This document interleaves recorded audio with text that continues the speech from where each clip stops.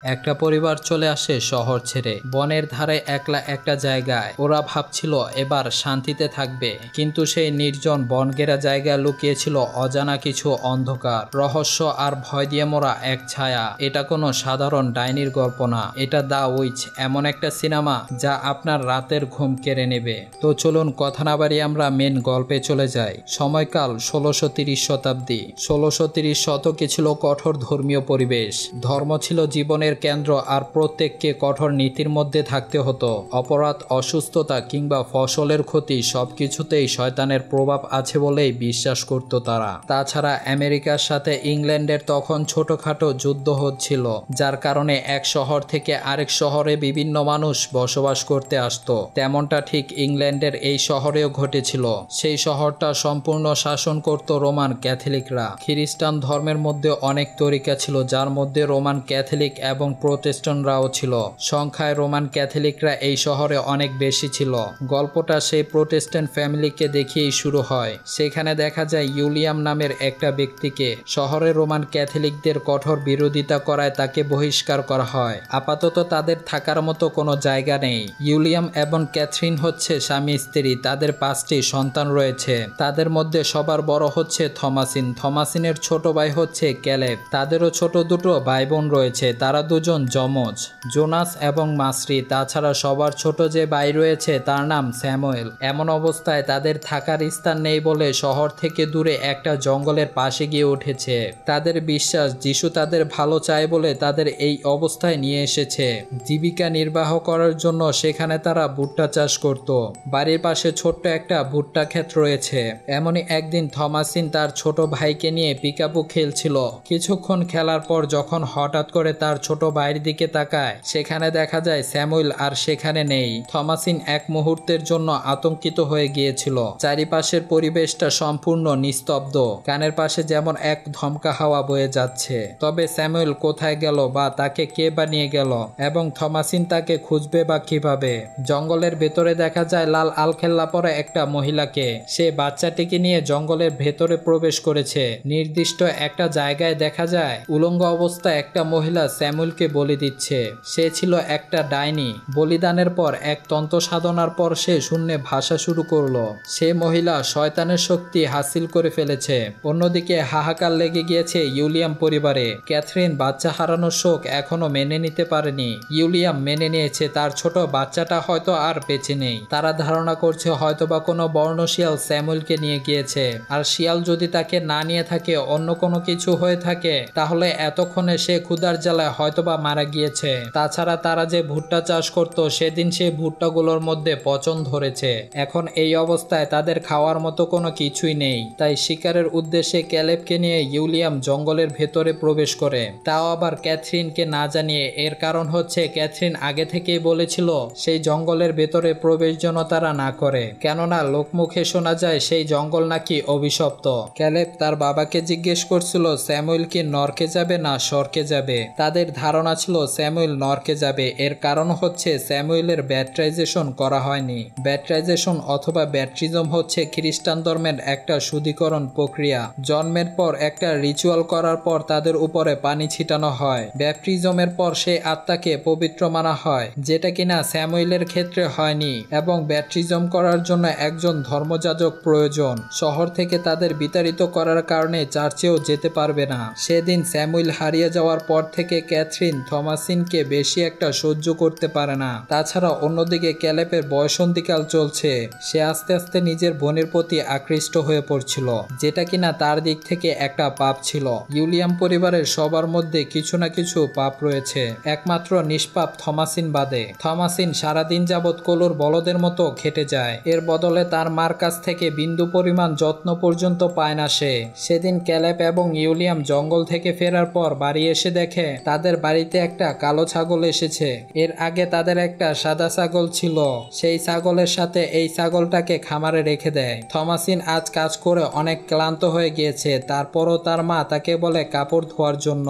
সেখানে তার ছোট বোন মার্সিকে দেখা যায়। সে সারাদিন শুধু দুষ্টামি করে। থমাসিনের কোনো আদেশ সে শোনে না। সেখানে মার্সি উল্টো তার বোনকে এটা বলছিল তার মা তাকে আর চায় না। থমাসিন যখন তাকে ধমক দিয়ে বাড়ি যেতে বলে, তখন সে তাকে বলে আজ তোর কারণে কারণে আমরা নদীর পাড়ে আসতে পারি না।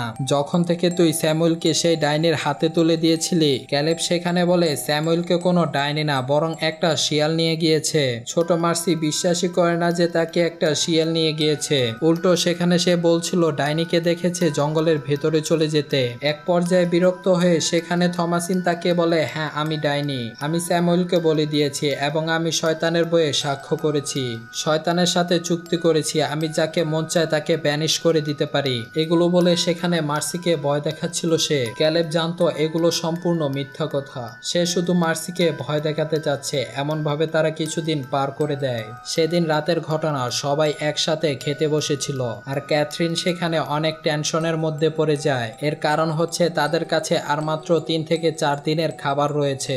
যদি এটাও শেষ হয়ে যায় তারা জীবিকা নির্বাহ কিভাবে করবে। তাই ক্যাথরিন ভাবছিল তার বাবার বাড়ি থেকে আনা একটা সিলভারের কাপ বিক্রি করে দেবে। শহর থেকে আসার সময় কাপটা থমাসিনের কাছেই ছিল। থমাসিনের কাছে জিজ্ঞেস করা হয় কাপটা কোথায় আছে। থমাসিন সঠিক বলতে পারে না কাপটা কোথায় আছে। সে জানায় সে কাপটায় হাতও পর্যন্ত দেয়নি। তবে কাপটা তারা খুঁজে পায় না। ক্যাথরিন বুঝে যায় থমাসিন হয়তো কাপটা হারিয়ে ফেলেছে। তাছাড়া সেখানে ক্যাথরিন অনেকটা অবসেশনের মধ্যে রয়েছে। ক্যাথরিন সেখানে বলছিল তাদের উপর হয়তো কোনো কালো ছায়ার প্রভাব আছে। তাই তারা ডিসিশন নেয় কালকের দিনটা তারা অনাহারে থাকবে এবং যিশুর কাছে ক্ষমা প্রার্থনা করবে। রাতে উইলিয়াম এবং ক্যাথরিন একসাথে কথা বলছিল। থমাসিনকে কোনো একটা ফ্যামিলিতে তারা কাজে লাগিয়ে দেবে। এতে করে মাসে যা টাকা পাবে তা দিয়ে তাদের সংসার চলে যাবে। এই কথাগুলো থমাসিন এবং ক্যালেব শুনতে পারছিল। ক্যালেব চায় না তার বোন তার থেকে আলাদা হয়ে যাক। তাই সেদিন মধ্যরাতে ক্যালেব থমাসিনকে নিয়ে বেরিয়ে পড়ে জঙ্গলের উদ্দেশ্যে, তাও আবার পশু শিকার করার জন্য। এর কারণ হচ্ছে পশুর খাল বিক্রি করে তারা অনেক টাকা পাবে, যাতে করে তাদের অভাবটাও থাকবে না এবং থমাসিনকেও অন্যের বাড়িতে কাজ করতে যেতে হবে না।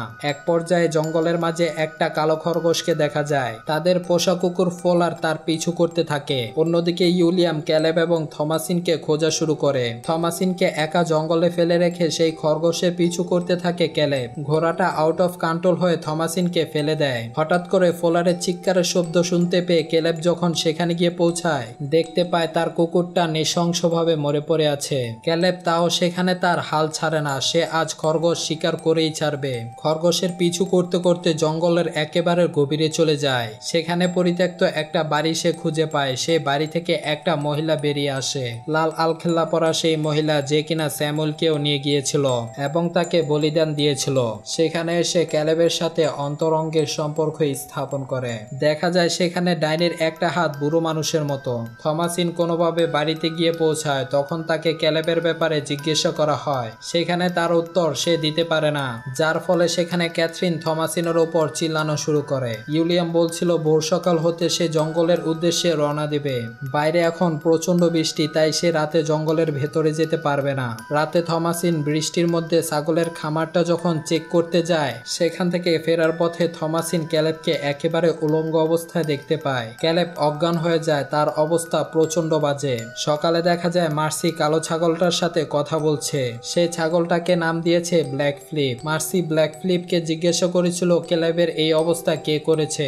ব্ল্যাক ফ্লিপ নাকি মার্সিকে বলছিল ক্যালেবের এই অবস্থার জন্য একমাত্র দায়ী হচ্ছে থমাসিন। তাছাড়া সেখানে মার্সি এবং জোনাস থমাসিনকে ডাইনি মনে করে। তারা মনে করে থমাসিন ক্যালেবের উপর অশুভ শক্তি চালান দিয়েছে এবং শীঘ্রই তারা মায়ের কাছে এই বিষয়টা নিয়ে কথা বলবে। থমাসিন ছাগলের দুধ দোয়াচ্ছিল। ঠিক সেই মুহূর্তে দুধের জায়গায় রক্ত বের হচ্ছিল। বিষয়টা থমাসিনকে অনেকটাই চমকে দিয়েছিল। অন্যদিকে ক্যাথরিন এবং উইলিয়ামের মাঝে ঝগড়া হচ্ছিল। এর কারণ হচ্ছে ক্যাথরিন চাচ্ছিল না এখানে আর এক মুহূর্ত থাকতে, কেননা সে মনে করে তার পরিবারের উপর ব্ল্যাক ম্যাজিক করেছে অথবা শয়তানের কালো দৃষ্টি পড়েছে। উইলিয়াম শহরে যেতে চাইছিল না, কেননা শহরে থাকতে হলে তাদের ক্যাথলিকদের কথা মেনে চলতে হবে। হঠাৎ করে ক্যালেব সেখানে বলে তার উপর নাকি কোনো একটি মহিলা বসে আছে। কেউ কুড়োল দিয়ে যেন তার মাথাটা কেটে দেয়। বারবার এই কথাটাই বলছিল। সে বলছিল তার ভিতরে নাকি কেউ নারী বুড়ি কেটে ফেলছে, তাকে মুক্ত করে দিতে। তাছাড়া সেখানে সে যিশুর কাছে ক্ষমা চাচ্ছিল, যাতে তার পাপের জন্য তাকে ক্ষমা করে দেওয়া হয়। এক পর্যায়ে সেখানে সে রক্তবমি করতে শুরু করে এবং তার মুখ থেকে একটা পচা আপেল বের হয়। হঠাৎ সেখানে জোনাস এবং মার্সি এসে উপস্থিত হয় এবং তারা দুজন চিৎকার করে বলছিল মা থমাসিন একটা ডাইনি, সে শয়তানের সাথে সমঝোতা করেছে, সে আমাদেরকেও মেরে ফেলবে। বাচ্চাদের এরকম চিৎকার এবং আর্তনাদ শুনতে পেয়ে উইলিয়াম ইউলিয়ামের মাথা আউলে যায়। সে বুঝতে পেরেছিল শয়তানের প্রভাব তাদের উপর অনেক ভালোভাবেই চড়াও হয়েছে। ইউলিয়াম সেখানে থমাসিনকে বলছিল, আমরা সবাই পাপ থেকে জন্ম নিয়েছি, আমরা সবাই আদমের বংশধর। তুমি যদি কোনো পাপ করে থাকো তাহলে তা স্বীকার করো, হয়তোবা যিশু তোমাকে ক্ষমা করে দেবে। ক্যালেবের অবস্থা প্রচন্ড খারাপ দেখে সেখানে তাদের সবাইকে বলছিল পবিত্র গোস্পেল থেকে কিছু আয়াত পড়তে। যখন গোস্পেলের ভার্স তাদেরকে পড়তে বলা হয় সেখানে মার্সি এবং জোনাস তা ভুলে যায়। হঠাৎ করে ক্যালেবের ভেতরের যন্ত্রণা আরো বেশি বাড়তে থাকে এবং সেখানে জোনাস এবং মার্সিও মাটিতে লুটে পড়ে যন্ত্রণায় কাতরাতে থাকে। এ যেন এক অজানা শক্তি তাদেরকে ভেতর থেকে এক যন্ত্রণার অনুভূতি দিচ্ছে। জোনাস এবং মার্সি সেখানে অজ্ঞান হয়ে যায় এবং হঠাৎ এক পর্যায়ে ক্যালেব সেখানে মারা যায়। ভাইয়ের মৃত্যু সহ্য করতে না পেরে থমাসিন বাইরে চলে যায়। সেখানে ইউলিয়াম থমাসিনকে বলছিল, দেখো তুমি শয়তানের সাথে যে চুক্তি করেছো সেটা বেহুদে একটা জিনিস, এতে করে তুমি নরক ছাড়া আর কিছুই পাবে না। তাই আগেই তুমি স্বীকার করে নাও যে তুমিই ডাইনি। থমাসিন সেখানে চমকে যায়, কেননা তার আপন বাবাই তাকে সন্দেহ করছে। তবে সেখানে থমাসিন কোনোভাবেই তার বাবাকে এটা বুঝাতে পারে না যে সে ডাইনি বিদ্যা তাদের উপর করেনি। থমাসিন তার বাবাকে বলছিল তার ছোট দুই ভাই বোন জোনাস এবং মার্সি, ব্ল্যাক ফিলিপ যে কিনা তাদের কালো ছাগলটা তার সাথে চুক্তি করেছে, কেননা ব্ল্যাক ফিলিপ হচ্ছে একটা শয়তান। মার্সিকে আমি বলতে শুনেছি সে নাকি ব্ল্যাক ফিলিপের সাথে কথা বলে। যদি তারা শয়তানের সাথে চুক্তি নাই করে থাকে তাহলে তাদের জিজ্ঞাসা করো কেন তারা গোস্পেলের ওয়ার্ডস ভুলে গিয়েছিল, কেন তাদের মুখে পবিত্র কথা বের হচ্ছিল না। ইউলিয়াম এখন কার কথা রেখে কার কথা বিশ্বাস করবে তার নিজের পরিবারের উপর বিশ্বাস হারিয়ে ফেলেছিল। সে মনে করেছিল তার পরিবারের সবাই পাপী, তাই আউট অফ কন্ট্রোল হয়ে তার 3 সন্তানকে খামারে বন্দি করে রাখে। পরবর্তীতে সেখানে ক্যালেবকে একটা নির্দিষ্ট জায়গায় কবর দেওয়া হয়। সেদিন রাতে ইউলিয়াম আর ঘরে প্রবেশ করেনি, বাইরে এই রাতটা কাটিয়ে দেয়। খামারে দেখা যায় সেই কালো ছাগলটা একটা মহিলার বেশ ধরেছে। সেখানে একটা বুড়ো উলঙ্গ মহিলাকে দেখতে পেয়ে জোনাস এবং মার্সি ভয়ে চিৎকার করে ওঠে। অন্যদিকে ক্যাথরিন তার রুমের মধ্যে শোকাহত অবস্থায় রয়েছে। এর কারণ হচ্ছে একে একে তার 2 সন্তান মারা গিয়েছে। সন্তান হারানোর বেদনায় তার ভেতরে তাকে খুঁড়ে খুঁড়ে খাচ্ছে। হঠাৎ এক পর্যায়ে সেখানে সে ক্যালেবকে দেখতে পায়। তার কোলে তার ছোট ছেলে স্যামুয়েল ছিল। ক্যালেব তার মাকে বলছিল ছোট ভাই স্যামুয়েলের অনেক ক্ষুধা পেয়েছে। তাকে দুধ পান করাতে ক্যাথরিন তার ছোট শিশুকে কোলে নিয়ে খাওয়াচ্ছিল। সেখানে দেখা যায় তার সন্তানের জায়গায় একটা কাক তার বুক ঠুকরে ঠুকরে খাচ্ছে। সকালে ঘুম থেকে উঠে ইউলিয়াম দেখতে পায় তার খামারের যত পশু পাখি ছিল সব মৃত অবস্থায় পড়ে রয়েছে। তাদের পেট থেকে নাড়িভুড়ি বের করে খাওয়া হয়েছে। আচমকা কালো ছাগলটা এসে ইউলিয়ামের পেটের মধ্যে তার শিং ঢুকিয়ে দেয়। ইউলিয়ামকে আঘাত দেওয়ার পর সেখানে সে আনন্দ উল্লাস করছিল। ইউলিয়াম কুড়োল নিয়ে দাঁড়াতে সেখানে আবার তার পেটের মধ্যে ছাগলটা আঘাত করে সেখানেই তাকে মেরে ফেলে। এক পর্যায়ে বাইরে এত চেঁচামেচি শুনতে পেয়ে ক্যাথরিন চলে আসে। বাইরে এসে এই অবস্থা দেখতে পেয়ে সেখানে সে থমাসিনের উপর চড়াও হয়। সেখানে তাকে বলছিল তুই একটা ডাইনি, তোর বদনজরের কারণে আমাদের পুরো পরিবারটা ধ্বংস হয়ে গিয়েছে। থমাসিনকে মাটিতে ফেলে সেখানে তাকে মারধর শুরু করে। এক পর্যায়ে থমাসিন নিজে বাঁচতে গিয়ে তার মাকে পাশে থাকা ছুরি দিয়ে আঘাত করে। আঘাতের পরেও যখন থমাসিনের গলা চেপে ধরে তখন এক পর্যায়ে নিজেকে বাঁচাতে গিয়ে সে তার মাকে খুন করে ফেলে।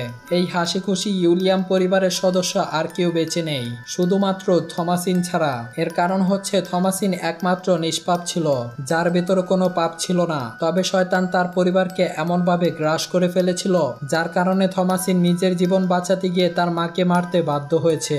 সেদিন রাত অবধি সে নিরাপত্তা পালন করে। থমাসিন সেই খামারের কাছে যায়। সেখানে সে দেখতে পায় কালো ছাগলটা বাইরে দাঁড়িয়ে আছে।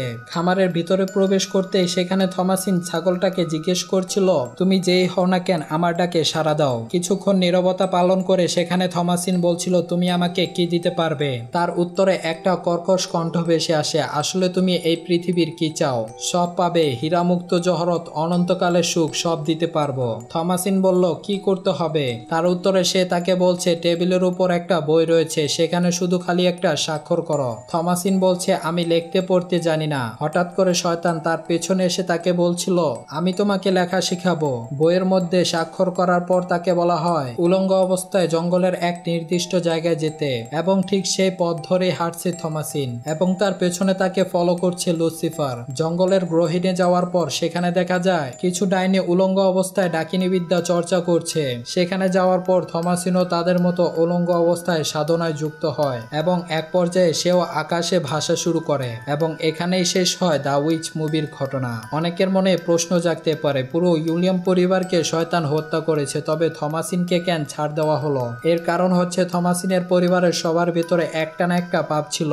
সে ছিল যিশুর সবচেয়ে কাছের একজন লোক, যার সোল ছিল একেবারে পিওর। শয়তানের কাছে সবচেয়ে মূল্যবান হচ্ছে একটা পবিত্র আত্মা, এবং শেষমেশ শয়তানরা তার কাজ করতে সফল হয়েছে। তো আজকের মুভিটি এই পর্যন্তই। তো আপনাদের কাছে গল্পটা কেমন লেগেছে অবশ্যই একটা কমেন্ট করে জানিয়ে দিবেন। আর যদি অবশ্যই গল্পটাকে ভালো লেগে থাকে তাহলে বলবো অবশ্যই ভিডিওটাতে একটা লাইক করে যাবেন, কারণ আপনাদের এই একটা লাইকে আমরা নেক্সট ভিডিও বানাতে উৎসাহিত হব।